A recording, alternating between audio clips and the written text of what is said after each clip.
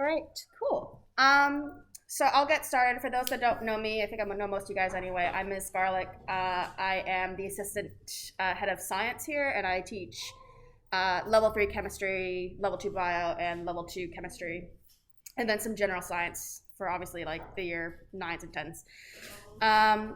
So Ms. Booker and I were talking about starting a STEM academy just to help extend those students that want to get into some really competitive programs, just to make sure you guys have that extra support and extension. So Ms. Booker is doing the engineering pathway. So she's looking at getting people into the School of Engineering, in particular Auckland Uni, because that's the hardest one to get into. And I'm taking the healthcare side of things. So students that are interested in going into medicine, nursing, midwifery, maybe public health, maybe even like scientific research. So I'm taking kind of that lot of students. And just to kind of give you guys, like I said, that extra support, but also hopefully some mentorship as well, some guest speakers. I'm hoping that maybe we can do field trips, workshops, because Girl Boss is really great as well. Just to kind of give you guys that extra support and those connections, because networking is really important. And I'm mindful some of you guys may not have these connections into, like, I don't know any person that's a radiologist, but I might. So that's why we wanted to start up the STEM Academy and why I'm focusing on the healthcare area, because that's my area of expertise. So just kind of curious, shall we go around the room? I just want to hear what you guys are interested in going into, so that way I know who I need to start reaching out to. So start over here. I want to do psychotherapy. Psycho? End goal to become an art therapist. Okay, like art therapists. Cool. Or yoga. I'm hoping to go into more medicine work. It doesn't necessarily have to be just like medicine, but just like I know like Auckland Uni and Otago do like the first year biomed, and then Otago does like the health science first year. Yeah. I'm hoping to get into that, and then from there Specialize. Yeah. I want to do stuff especially with clinical healthcare, but honing it on working with children. So maybe like speech language therapy or like occupational therapy, and potentially going into medicine. I haven't like pediatrician maybe area. Yeah, cool. Yeah, pediatrics and stuff. Yeah, cool. All right, in the back. Sorry, I don't know your name. Nice to meet you. And what are you thinking?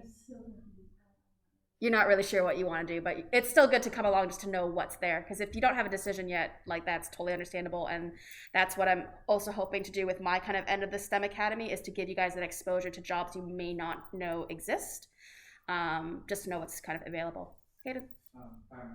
Paramedic. Cool. And then Tanush?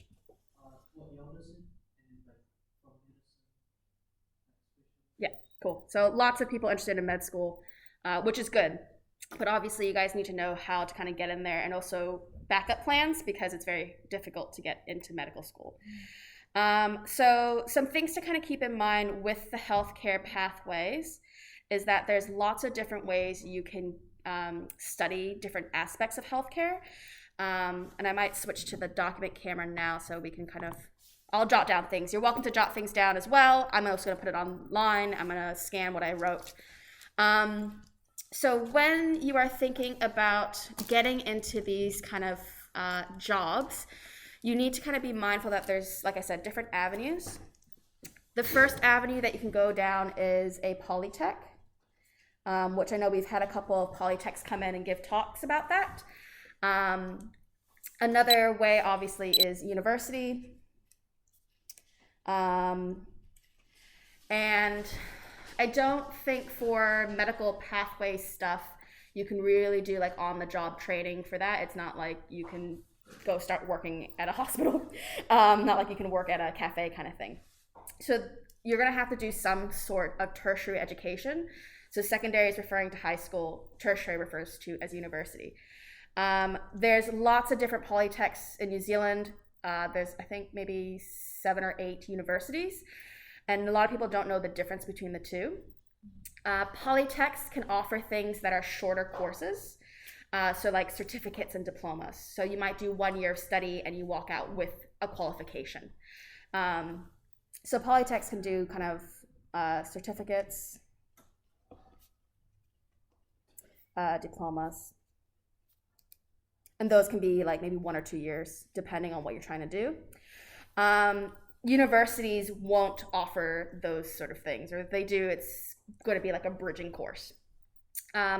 Both universities and polytechs can offer degrees, so that's going to be your bachelor's.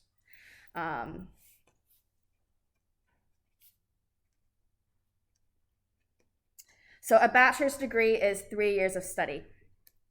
And that's a more obviously like formal qualification that you're going to get from there. So for something like physiotherapy, it depends. You have to do your research and look at the different polytechs and the universities and see what they have on offer. Oh, psychotherapy, sorry. So yeah, psychotherapy, you'll have to do some research. I know you can get a bachelor's in psychology, but you might also be able to get some diplomas as well to allow you to start practicing. And it also depends on what level of expertise you want to go into, what area you want to work in. I actually do have a friend that studied psychology at university and then did a master's, and now she's working as a psychologist for the Ministry of Education. And so she helps go through the different schools and create programs for kids that need that extra attention. So it depends. That one's a little bit more flexible in what you're doing, but things that aren't as flexible would be stuff like medicine. And that's obviously going to limit your choices down because there's only 2 universities that offer that, and that's Otago and Auckland Uni. So that's something that you guys need to take away from this session and do your research and what you might want to study. Same thing with paramedics. I think if you want to do paramedic stuff, you can easily do that at a polytech.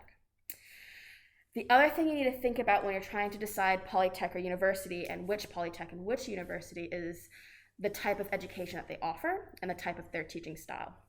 So with the bigger universities such as Auckland Uni, it's very old school kind of teaching. It's very much you're one person in 500 sitting in a lecture hall. The lecturer is not trained as a teacher. They're usually research scientists, and they will talk nonstop for a full hour, and you're just scribbling down notes. It's also a very hands-off learning. So you do still have your labs and your practicals. Your lecturer may or may not come into them. They might have graduate students that run them and teach them. I did that when I was doing a master's. But you don't get the same attention as high school. They don't follow up to make sure you're turning in assignments. They have office hours, but like I very rarely saw any of my undergraduate lecturers. It was very self-sufficient. You need to be independent. And that's kind of the downside of going to a uni such as Auckland Uni. I'm not sure if Otago is as bad as Auckland Uni, but it's, from an educational stance, it's not a great place to go for learning.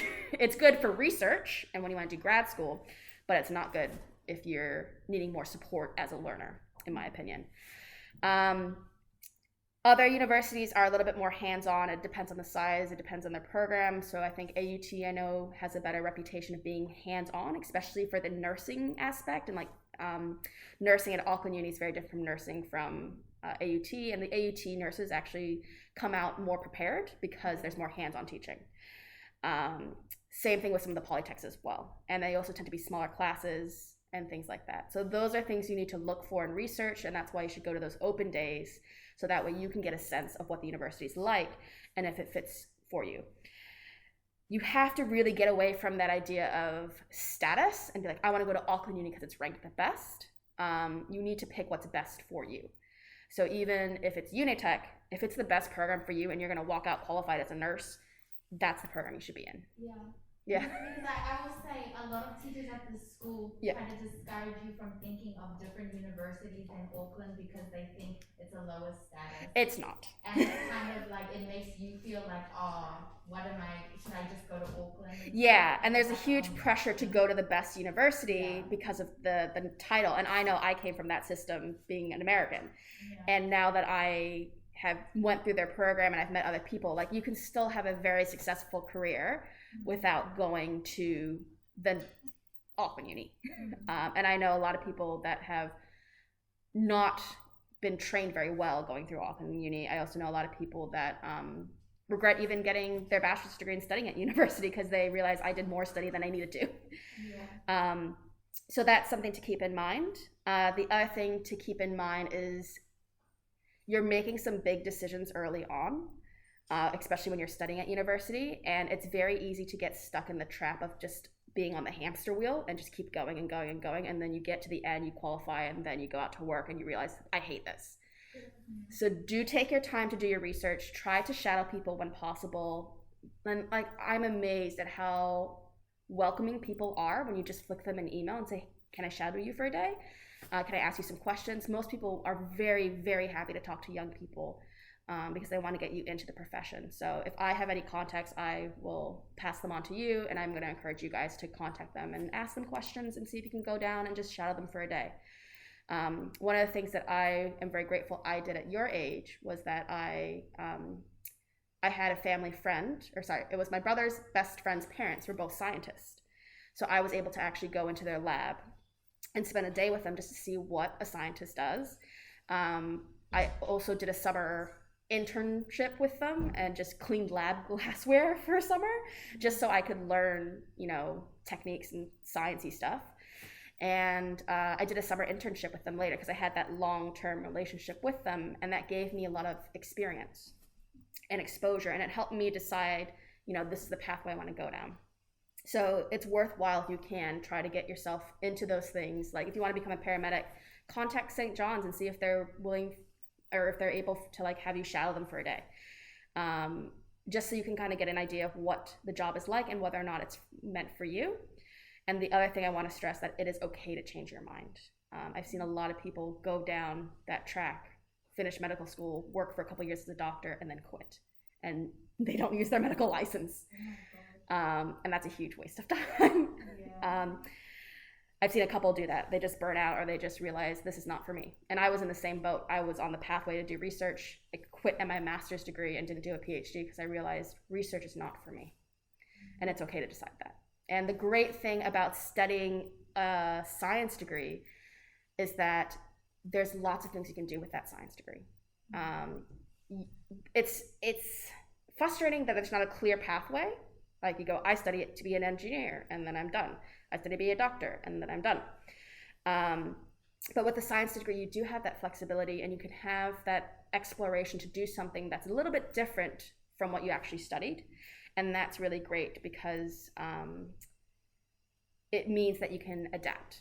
And the thing is, if you get a science degree, what they're looking for is, do you have that thinking and problem solving ability, which you will get. And it's a transferable skill. I have a friend that I studied with my bachelor's, and we did a little bit of postgrad together. And now she's a project manager for a construction company and really, really loving it. So again, not really related to her science degree, but the science degree taught her skill sets that she then later used. Is there anything so far that you guys want me to explain, talk about, go into further detail, or shall I start kind of explaining more of the university chunks and pieces? All right. So, like I said, there's certificates, there's bachelor's degrees. I know Auckland Uni, so that's the one I'm going to be talking about when it comes to, in particular, med school, but also I'll integrate in some information about, what do you do if you don't get into med school. So, and I think Otago is very similar. What you would start with, is this frozen? It keeps freezing on me, which is disappointing. I might just go right on the board. It was freezing on me yesterday, so I need to tinker with my computer and see what's going on.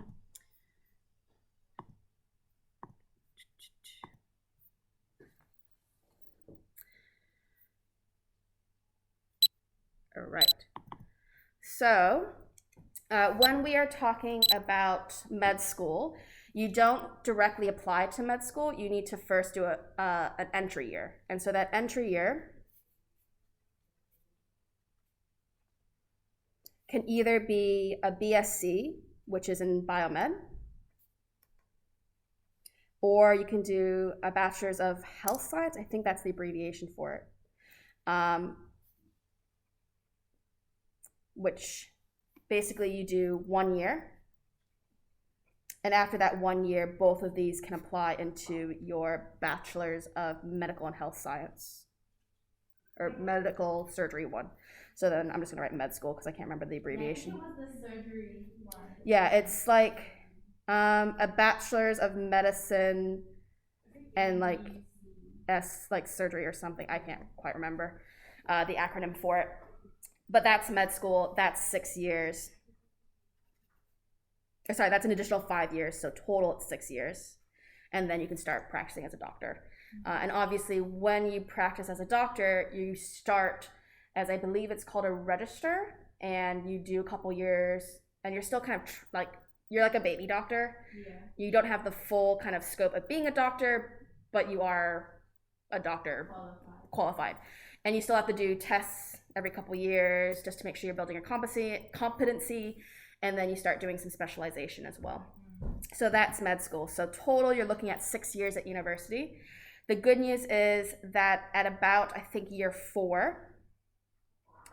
this year, what would be year 4 in your training, so year 4 out of 6. So 4, 5, and 6, you don't actually go to university and do any more theory. You're actually at the hospital as a medical student. So that's something to kind of keep in mind that changes when you get there. When you go from this entry year into med school, there's obviously lots of different requirements to do. The first one is obviously, it's going to be your GPA. So they're going to look at your grades from your first year as a deciding factor. They do this kind of logic test, which I think was called MCAT. I never did it because I never wanted to go to med school. And that is to kind of just, I guess, see your logic skills. You get those 2 scores, and then you have an interview process if you have ticked off those 2 requirements.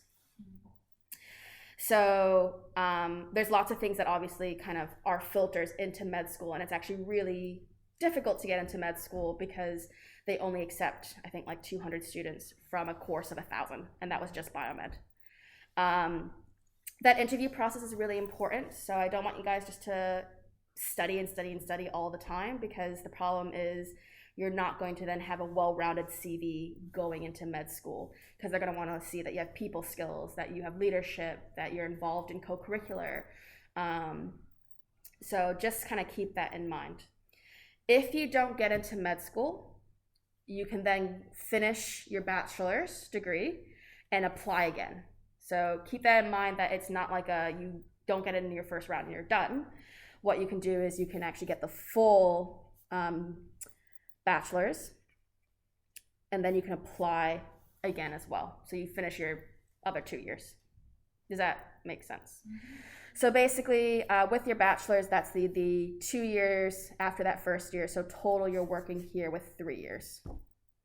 With med school, all up, you're doing 6 years.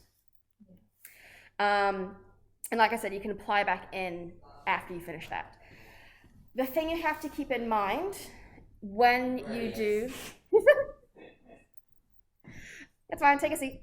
The thing you have to keep in mind that when you're trying to decide between between biomed and health science is that they're 2 very different pathways. Both of them are equal. They used to be that they would take more biomed kids than they would health science kids, but now it's pretty even what they take from each one. Biomed is more sciencey. So you're doing a lot more labs and experiments. The Bachelor's of Health Science is more public health based. So when I say public health, you're thinking about like population health, and you're looking at societal problems and trying to solve them. You might end up working for the Ministry of Health and basically doing like COVID response and deciding what's the best course of action to respond to the pandemic. So both of those are 2 very different areas that tie back into med school. So I would suggest whichever one you're planning to apply to the one that you'd be happy to finish a degree in, because that's what your backup fallback is going to be. The other thing that I can tell you is that the Bachelor of Science is basically very similar, or not very similar, it's more similar to what you do in your science subjects. So biology, chemistry, physics, how you're doing lab practicals, write-up, it's very technical and very content heavy. If you're doing a public health degree it's more so writing, so kind of like more social sciencey. So if you like writing essays, then the Bachelor's of Health Science might make more sense. It might be easier for you to do well in. If you like lab reports and things like that, then the biomed might be a better program to do. Are we okay with that so far? So that's something to kind of keep in mind when you're trying to decide, because both pathways lead to the same end goal. The other thing you got to keep in mind then is the entry requirements. So have you guys heard of like rank score and things? Hopefully. Okay. So we'll look up Auckland Uni biomed rank score. Rank score. Just so you guys can get an idea of what you need to get into these programs. So with biomed, you need to have 280 as the rank score, and that's when they're translating in those achieved merit and excellence points. I think, what was it? Excellence is 4, merit is 3, and then achieve is 2. And I think they take their top 50 credits.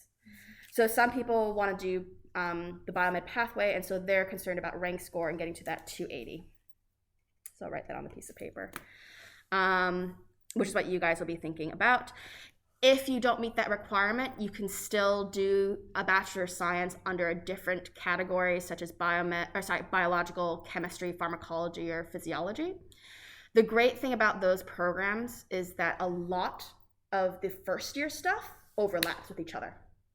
So let's say you don't get into biomed, you could study a bachelor's in pharmacology, and actually a lot of what you need to take in your first year is very similar papers to what you need to do for biomed anyway.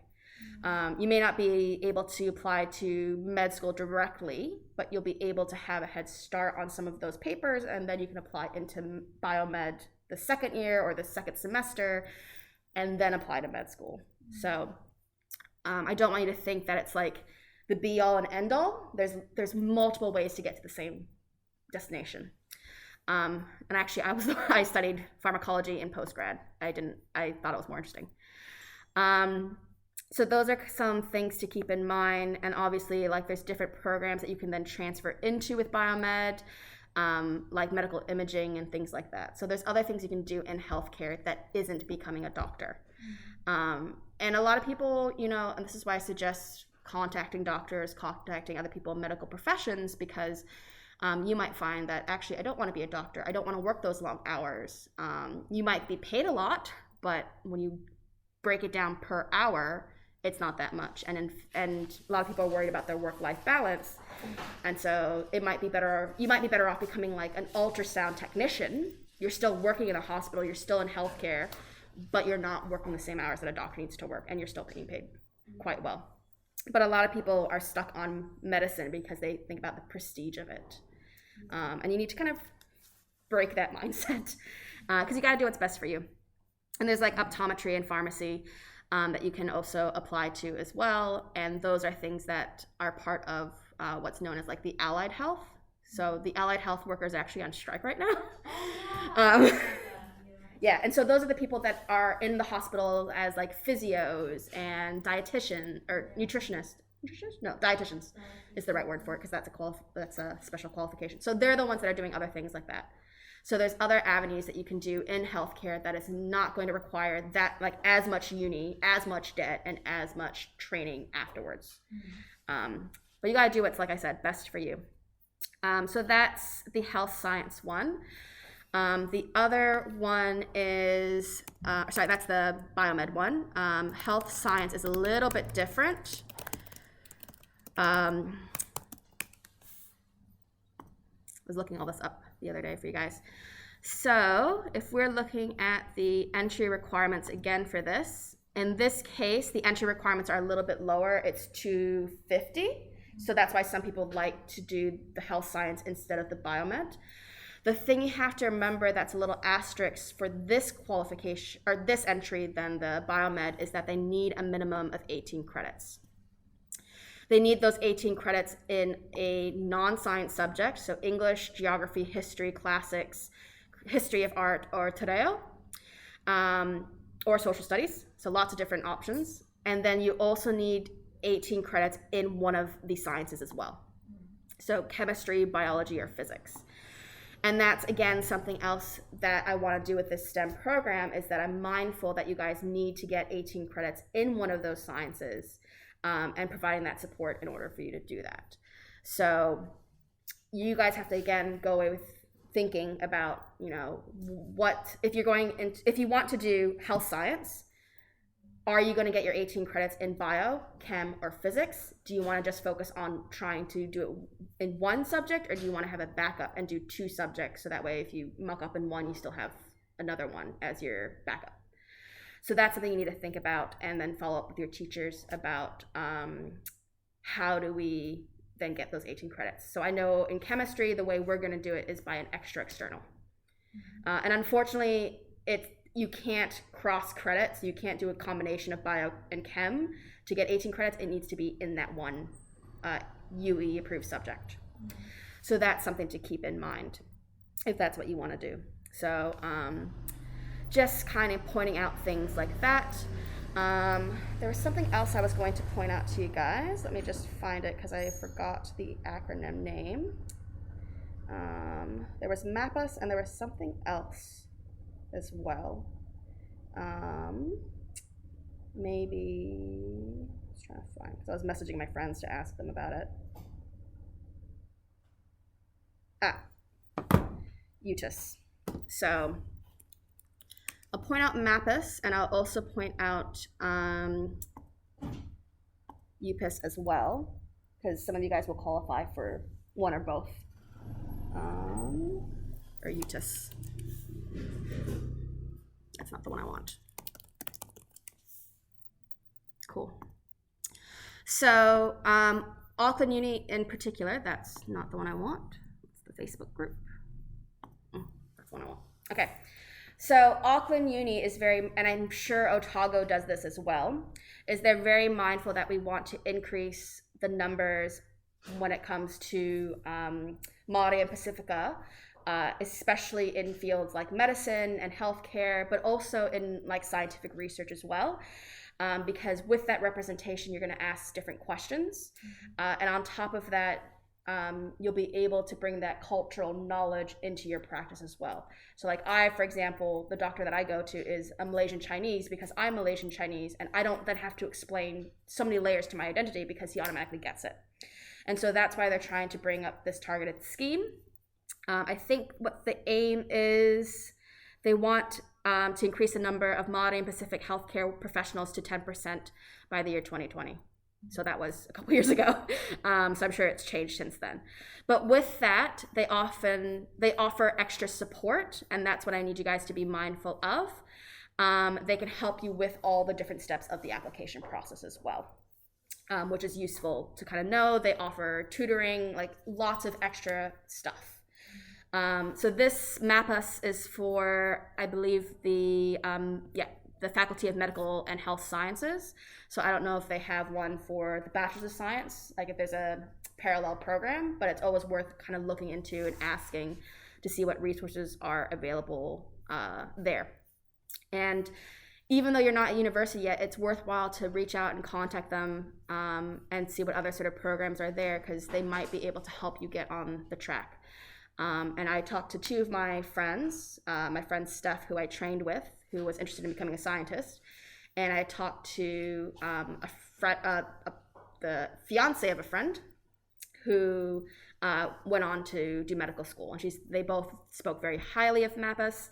They said it helped them with every step of the process. So going from the first year to the medical school.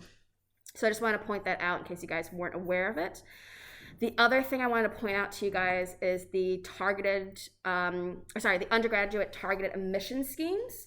So this is basically to support applicants to the university who may not have met all the university requirements.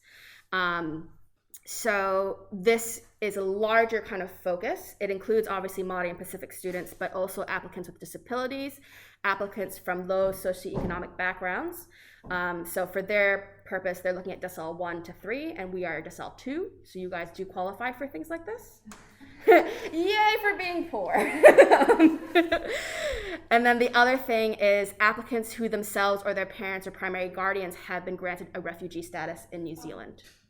Hello, hello. We're just wondering. Oh, okay, we're just doing a little. Anybody needs help? Oh no, we're just doing a little STEM talk. Oh, okay. Yeah, I'm giving them advice about med school and things. Okay. Yeah, we're all good. If you want, you can go into S2 because the biology kids are doing their internal, and I'm sure they can use some help. Yeah. So yeah, anyone that's been granted refugee status via you or your parents, then you again can help get that extra support. So it's trying to get that equity and even in that playing field a bit. So do kind of look into this. And again, they can provide you extra support with course selection, entry requirements, that sort of thing. And they offer, I don't know if it's in here, if it's in the other one, but there is a bridging course you can take if you don't meet the UE requirements. I think it might be under the MAPAS stuff. Because I know there was something that was like a,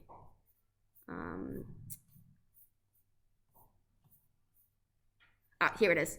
That's what I was looking for. So this one's useful just to kind of see that like year 13 students who are alternate admission students who apply to MAPAS and they don't meet the general entry requirements, they do have an option to do a certificate in health science and then apply to health sciences. So like I said, there's always multiple pathways to get into somewhere. You don't need to be worried if you don't meet those requirements. So again, those are where the polytechs can come into place. Some of them have bridging courses to help prepare you for university. Auckland Uni, I didn't even know they had this until I was looking it up. So yeah, the certificate in health sciences, and then you can use that as a bridging into your other specializations. So it's worthwhile to do your research because it can help you see what sort of things are there, and you can see another breakdown of how many years you need to spend at university to get those different sort of qualifications. So yeah, lots available there, and obviously different universities have different requirements. So, you know, once you know what you might want to study, start going down the avenue, see what AUT offers, see what Auckland Uni offers, Otago offers, see what Unitech offers, and if you know you are interested in this sort of aspect of the healthcare program, you know, look at some things that are similar to it that may not be just med school, because that's what a lot of people think. Any questions so far? Does that kind of help? I hope. Kind of give you guys an idea of what to expect.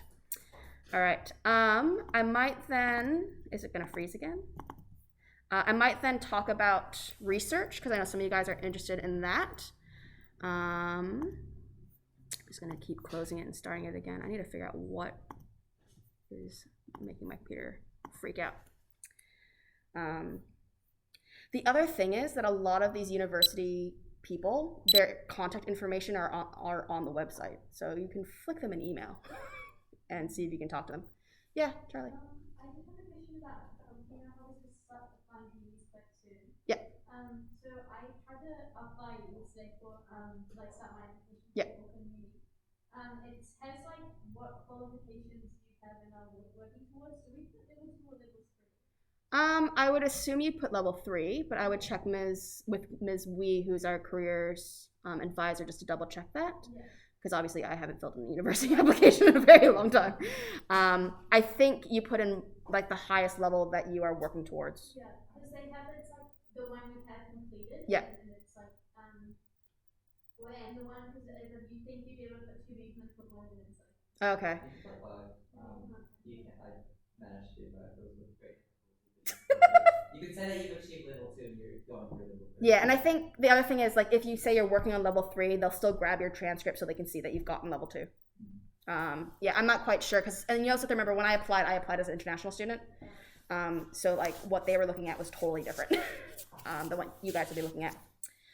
All right, so the other thing then to keep in mind is let's say you don't get into med school and you then do your, hi, yeah, go for it. I need you to just sign a little piece of paper to say you're taking it. Are you taking it home? Should I? Yeah. Because you have the internal to do this week. Let me find my pen. Oh, you're just gonna sign in purple. What I do? So you're gonna go to S2 because that's where the biologists are working right now. assignment you're taking on?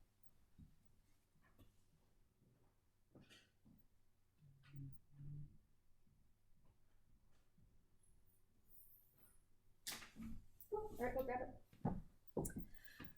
All right. So, yeah, the other thing I wanted to talk about then was what research is, just so you know that as an alternate pathway. Because let's say you don't get into med school, you finish your Bachelor of Science, and then you're like, what do I do after I finish my Bachelor of Science?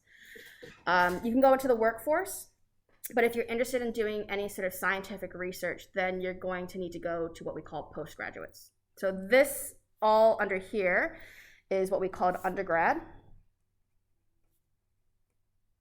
And then what you can do afterwards is what we call postgrad. So basically after you have your bachelor's degree, doing some further study. With this postgrad, there's lots of different things you can do, and there's lots of different pathways into it. What I did was a postgrad diploma. So it was a PG Dip Sci. So a PG Dip Sci, postgraduate diploma in science. It was a 1-year theory program.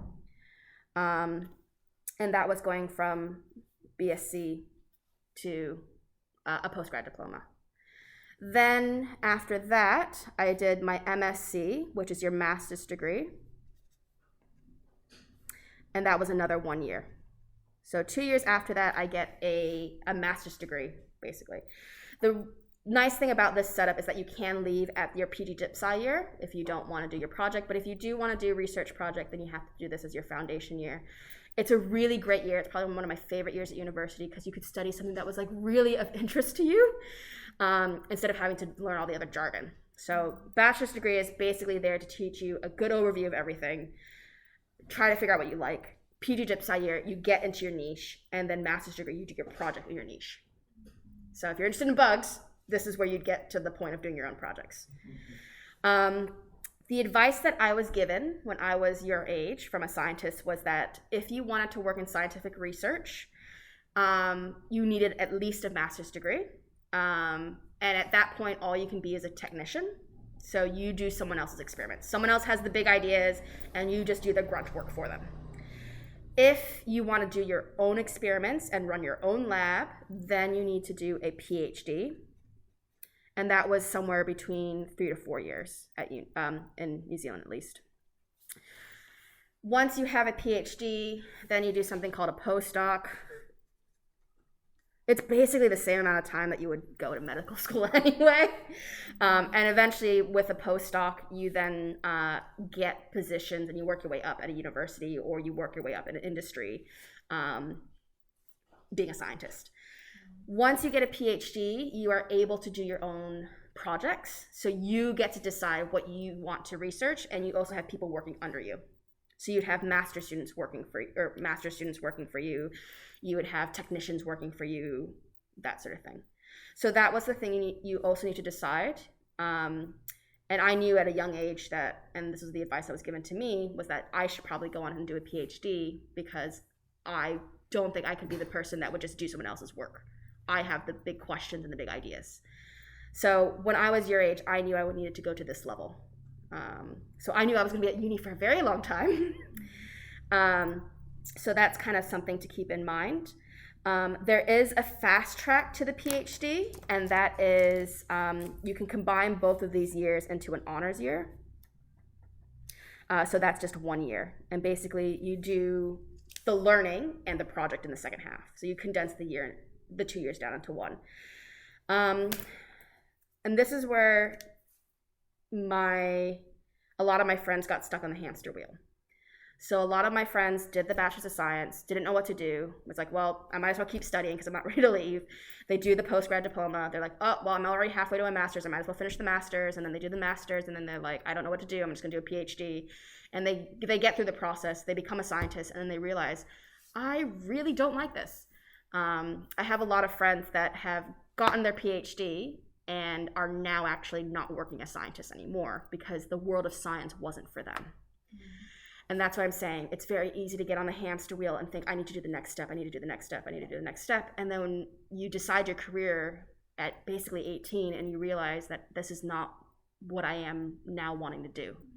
So that's why I highly, highly encourage you guys, take some time off, take a gap year. Don't rush to like finish something, because the last thing you want to do is spend, 6 years at university, 7 years at university, and then come out and realize this is like, I've wasted my time and I would have been better off quitting uni and starting my career, because then you're also starting on that back foot compared to your friends. So my friend Steph, the one that I was talking about earlier, she and I did our bachelor's together. Both, I did biomed and she did pharmacology. We both did our PG Dip Sci year, and I switched to pharmacology because I realized I liked drugs. I thought that was interesting. And then she was admitted into the honors program. I wasn't, because her grades are better than mine. And she decided at the end of her honors to stop. She did not want to go on to do a PhD. And she's the one that I now said is working as a project manager in construction. So like I said, these degrees are still good even if you don't go down the science pathway. I did my PG Dip Sci year. I did my master's because for me, I wanted to be a scientist. But then when I actually did my master's degree, I realized how much I hated lab work. I really didn't like the tediousness of it, and I also didn't like how isolated I was. You obviously work as a team in a lab because you're bouncing ideas off each other, you're helping each other learn techniques and things, but at the end of the day, it's on you, and you need to do your experiment, collect your data, write it up. And I didn't like how isolating that was. So I switched off at this point, and it was a really hard time for me to decide to do that because since I was 16, I wanted to be a scientist, and I thought I was going to get a PhD. So it was very hard for me to stop and quit, but I'm really glad that I did because I didn't then waste all this time at university or going down a career pathway that I knew I was going to hate. So one of the reasons why I quit was because I didn't like doing my master's. The other reason why I quit was that I didn't like the lifestyle that scientists have. So a big thing that I realized at that point in my life was that I wanted to stay in New Zealand. And unfortunately, there's not a lot of research opportunities in New Zealand, in pharmacology in particular. So that was something that put me off because I knew I had to move back to the States or move to Europe. And I'm a very homebody, and I don't want to move around a lot. The other thing about science is that it's a very unpredictable career pathway. It's not very clear cut. The contracts that you get range from 1 to 2 years. So every 1 to 2 years, you could be uprooting and moving, chasing grant money because you need grant money to fund your research, but also pay yourself. And I didn't like that idea because to me, it was really important that I had the ability to have a family later. I wanted to have a partner. I didn't want to do that. And I also didn't want to subject someone else to follow me around the world as I was chasing grant money. So ultimately, that was why I decided to quit. And it was the right decision. So after that master's degree, I went and did another diploma, and then this time in secondary teaching. Because I found when I was doing my master's, I was helping the undergrad students in their labs, and I realized I really love doing this. This is the best part of my week is teaching these undergrads. Yeah. And so that's why I went to then train as a teacher. Yeah, I did all my study at Auckland. And that was the other thing. I got stuck on that rabbit wheel, and I didn't bother researching alternatives. Yeah. And I was also in that mindset of Auckland's the best, so I need to stay at Auckland, which again, I regret because there was definitely things that weren't good. Like the teaching program, I think at Auckland Uni wasn't very good. So those are things you got to think about as well. And I realized that my computer is frozen again. But does that kind of help? I know some of you guys might be interested in going down that pathway, and I want you guys to know like the ugly side of it, so that way you don't commit to 7 years of your life and realize that's not for you. So yeah, just kind of keep that in mind that it is really hard. The good news is though, that once you get to the PhD level, you are paid. And in some cases, at the master's level, you will get paid. It depends on if you get a scholarship or for the master's. But for the PhD, you can't do a PhD unless you get a stipend, which is, or a grant stipend.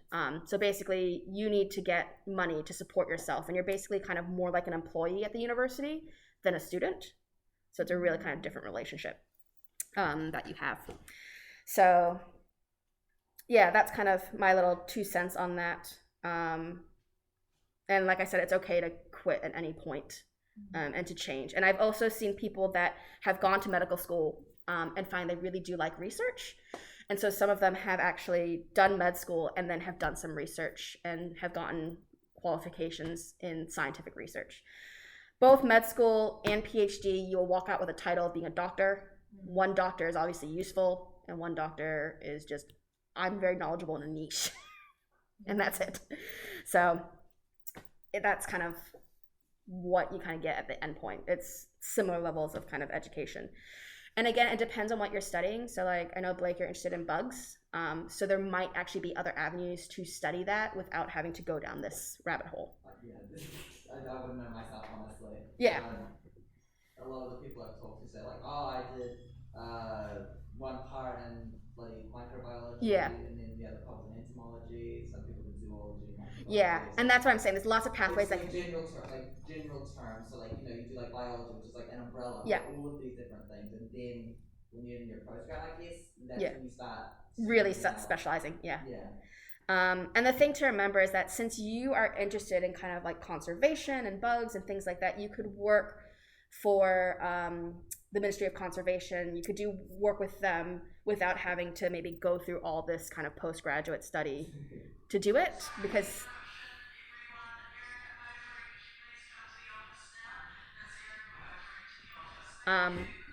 you could, there's potential for your area that you can learn on the job. But, you know, yeah, in other ways. But for certain things like pharmacology, you have to go through the university system because there's no like on-site alternative kind of like area to kind of work in. So those are things you might want to think about and do. And that's why I'm saying like this is a general overview. And then at the end of today's session, your kind of like homework is to do that research to figure out what you need to do. And then I can help support you on those pathways or trying to figure out context that I have that can then be connections for you to then ask questions and things like that. Because you don't know until you ask. And like I said, people are generally pretty helpful. And I know it's scary to like, they used to call it cold calling, but now I call it cold emailing because you just email someone you don't know. But you'd be surprised at how many will say yes. And like I ask my friends all the time, do you mind? Because at my previous school, I ran girls in STEM, and I would contact my people I went to uni with, random people, and I'd just be like, hey, do you mind coming in and talking to my students and telling them about what your job is like? And people are more than happy to say yes. And when people heard I was running that program, they were then talking to their friends, and like people that I've never met before were contacting me to speak to the kids. So like people really want to help young people. So do take advantage of that. So yeah, that's kind of the overview process on your choices. And like I said, there's multiple avenues to get to the same endpoint. So don't stress out. There's also lots of different things to do. So again, don't stress out if like med school doesn't work out. Are there any questions or anything you guys want me to start following up on following this session so I can think about what we're going to be doing with this STEM stuff? Yeah, Charlie? You know, who studied clinical psychology in masters? Huh? Do you know anyone who did clinical psychology for their masters? I know someone, I don't know if, I think she did do clinical psychology in her master's. I'll check with her what her qualifications were. Because she did biomed with me, wanting initially to be a doctor, but then didn't get in, and then switched to psychology. And I know she did a master's degree, because I think you need to do a master's to become a psychologist. And now she works for the Ministry of Education as a child psychologist. So I'll ask her what she did, and I'm sure she'll be happy for me to share her email address, because she's come in already to talk last year to my girls in STEM. So I'm sure she'll be happy to answer any questions you could have on that. So yeah, and it just kind of gives you a viewpoint on what you need to get done. And she explained to me there's a difference between psychology and psychiatry, because psychology is the one you can study at uni, and psychiatry is the one you need to go to med school. The psychiatry is like prescribing. Yeah, and that's what she said. The main difference between her and a psychiatrist, is that the psychiatrist can prescribe drugs and she can't. So I was like, oh, that's interesting. I didn't realize there were two different things until I talked to her. So yeah, I'll ask her and I can follow that up. So that way I can at least give you that contact, and I can see if she wants to come in or not come in, probably video call in, because I know she's living in Hamilton, just to kind of give you an overview of her job. Anything else you guys would like me to follow up on? All right. Anything that you want kind of for this program then?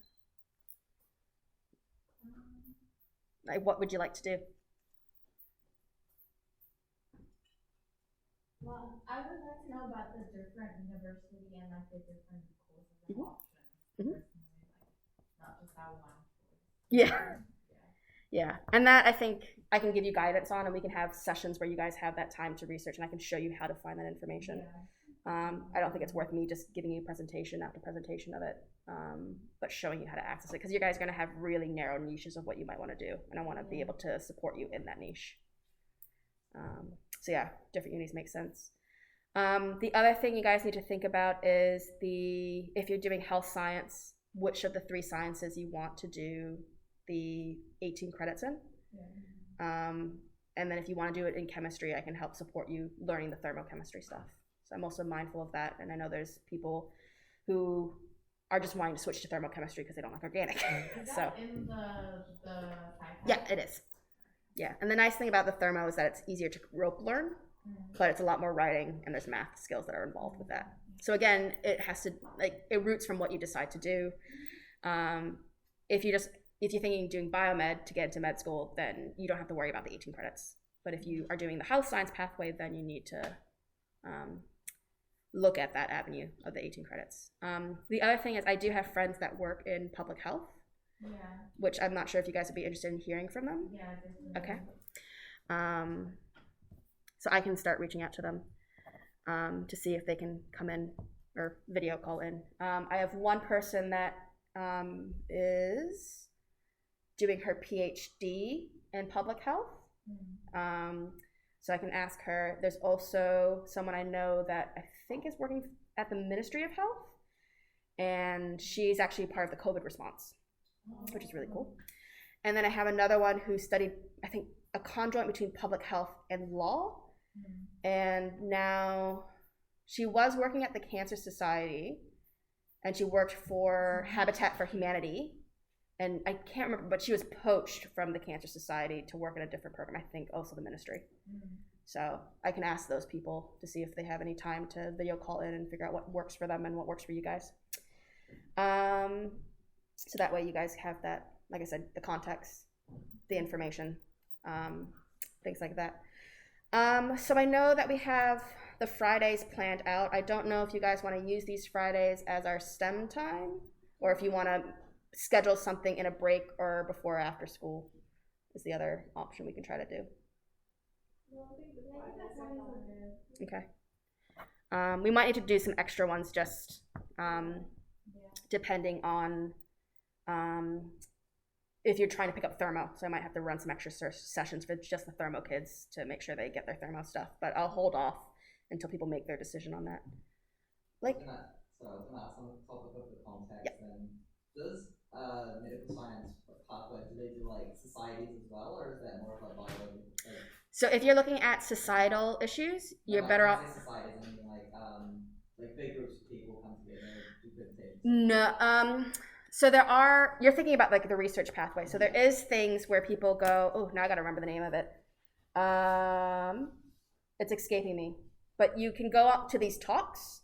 Yeah, that's what I'm referring Yeah. to. So you can check to see if the University of Auckland's having any public talks, and then you can go to that because that's obviously for the public. And some people do that to help make awareness about what they're researching.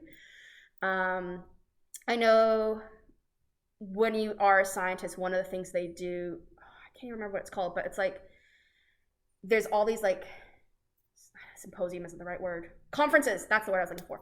There's all these conferences that you go when you're a postdoc and when you're a PhD student, and you travel around the world to present your information. And you might have presentations, you might have like a poster gallery, and people have their data printed and they stand next to the poster. It's basically like a grown-up science fair. So there's those sort of things. And I don't know if those are open to the public or not, but it's worthwhile just to look at the university. It's worthwhile emailing the professors just to see if they're doing any of those things. But I know COVID has affected conferences and things like that. But if Like, it's just a great place to kind of nerd out if you're interested in doing things like that. I think in our minutes plan in entomology societies when open. Huh? Entomology societies when open recently. Yeah. So go along. And the other thing that's good about it is you're making contacts and you're getting your name out there. Yeah. And you'll be surprised, again, how they remember you. And how much then they're then willing later to bend over backwards to help you. The other thing that I should add about this program, I don't know if the thing's working anymore. No, it's not. A lot of people ask, when I get to the master's level, how do I get a project? And the way you get a project is one of two ways. Let me just stop this here and start it over. So basically, when you're at the master's degree level onward, you need to be asking scientific questions that have never been asked before. That's the whole point of doing the qualification. So you need to find someone that's going to be your supervisor, because you need to be supervised. The way you find a supervisor is based on your PG Dip Sci year and also your bachelor's degree as well. So with your bachelor's degree, you're obviously going to be exposed to a lot of different areas of science. You're going to be exposed to lots of different professors at the university. And you make a relationship with them, and eventually you will go on in grad school to be their little minion to get their work done. So for me, I found my supervisor in my third year of university, which is very typical because that's when you start to specialize and that's when you learn what you enjoy. You can obviously find them earlier because you can do summer internship programs that are between the 2 years of university, and you can do a project for the whole summer and you get paid for it, which is really great. So yeah, I found my supervisor in my last year of uni, and in fact, I found my subject in the last last semester of uni. So I was initially on the pathway to study cancer biology. That was my initial goal and interest, and I was also interested a little bit in the immune system. And then I took some pharmacology papers on the side because I wanted to understand how drugs worked, because cancer biology. And then I took a toxicology paper because I wanted to understand why cancer drugs were so toxic and like what could we do to make them less toxic. So I took one toxicology paper in my last semester of uni and I absolutely loved it. And I switched my major after taking that one paper, or one course, whatever you want to call it. And my supervisor was the teacher for that course. And so at the end of that year, I approached him and said, look, I'm really interested in doing grad school, and I really want to do grad school in toxicology. Would you be interested in taking me on as a student? And he was very encouraging and said yes. And then he explained to me what I needed to do. So he said I needed to do the PG Dip Sci year first. And that's when you get to take those really specialized papers. So I took multiple papers just focused on toxicology. You do also one that's like an independent study where you work one-on-one with your supervisor and you just plan what your master's project's going to be. And then after that, I went into my master's program. And then he was my supervisor and guided me on the way. I was really lucky that my supervisor didn't have his own agenda, and he basically said to his students, research whatever you want, and I'll help you. So I got to research mitochondrial toxicity. Other supervisors have their agenda, because that's what they're interested in, and they need a minion to carry out their work. And so they will advertise it on the university that we're looking for a master's student, we're looking for a PhD student, and you can apply to then be their master's or PhD student. I almost became a mini. Yeah, they love students because we are cheap and sometimes free labor. University is expensive. So yeah, that's how you'd get into that niche. And that's why I'm saying it's worthwhile to go to these talks even as a high school student, because you're getting your name out there, you're getting your face out there, you're so young and so interested and so eager, and you're showing that you have that confidence and that kind of follow through to do something, and they like that because then they know you're going to be a good worker for them. So it's worthwhile to make those connections if you can. So yeah, do highly recommend it. And like I said, that's why I want to give you guys these contacts, so that way you never know who's going to help you later and who might ring you up and be like, hey, I have a job, sort of thing. Or just provide you that career advice. Is that whole concept of networking that you guys kind of need to learn. So yeah, but that's kind of the meetups. But if you're interested in societal issues and you want to know like why do we have like higher diabetes rates in this area of New Zealand, then you want to do population health and health science. So lots of different avenues to make an impact. I think a lot of people are drawn to medicine and healthcare because they want to help and make a difference. And there's lots of ways you can do it. You don't have to be a doctor to do it. Like, I became a scientist because I wanted to research drugs and I wanted to make it safer for people to use. So you can find ways to impact the world in different ways. Anything else? No? All right, so I'll probably have an official STEM in our next Friday. We'll figure out what we want to do then. I think basically I need you guys to start doing some research on what you might want to study. I'll see, maybe I can get a guest speaker or something. So wait to hear from this space, but what I need you guys to do after this session is do that research. Figure out what universities are there, figure out what their entry requirements are, figure out what the different programs are. Don't get stuck on the concept of it. You need to go to Auckland Uni because there's plenty of other options out there. And then I'll probably have some sessions for thermo at some point with my chemistry class. But I might do that as a separate kind of run time instead of at the same time, because you guys need different things to get done. And I know not all of you are taking chemistry.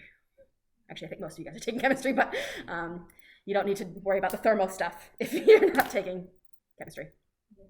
All right, cool. Anything else? All right, that's it. Thank you for allowing me to talk for so long. I hope it helped, though. Give you guys some ideas. And feel free to take some fruit. That's not perfect, but perfectly edible.